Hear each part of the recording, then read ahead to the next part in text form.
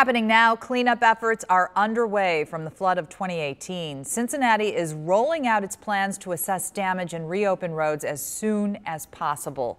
Good evening, and thank you for joining us for 9 on Your Side at 7. I'm Kristen Hartman. Still a long road to recovery. RASHLEYZILKA is on Kellogg Avenue to show us why.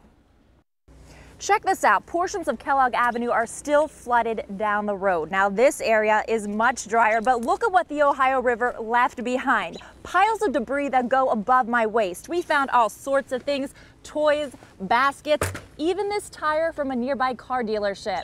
Friday, it really started coming up, and that's when we really got in gear. Mark Donnelly knows the routine better than most.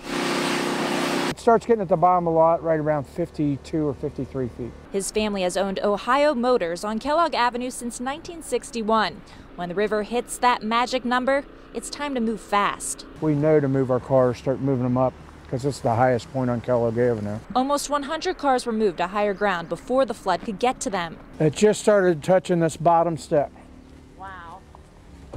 And all the way there to the last 4 cars.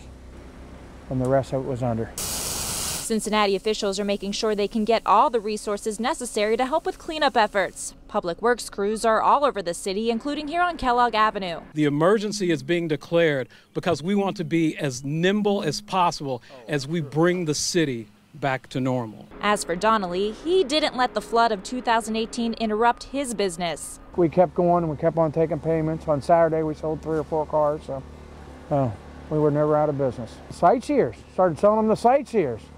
City officials promise everything will be back to normal before Red's opening day. As far as Kellogg Avenue goes, no word on when it will reopen, but you can see there is a lot of cleanup left to do. Reporting from the East End, RASHLEYZILKA, 9 on Your Side. Oh boy, is there. A tri-state organization is pitching in to help neighbors impacted by flooding. Volunteers with Matthew 25 Ministries are in New Richmond giving out cleaning supplies, personal care items, and safety kits. ALICIA O'Connell couldn't be more thankful for what the community has done to help her family.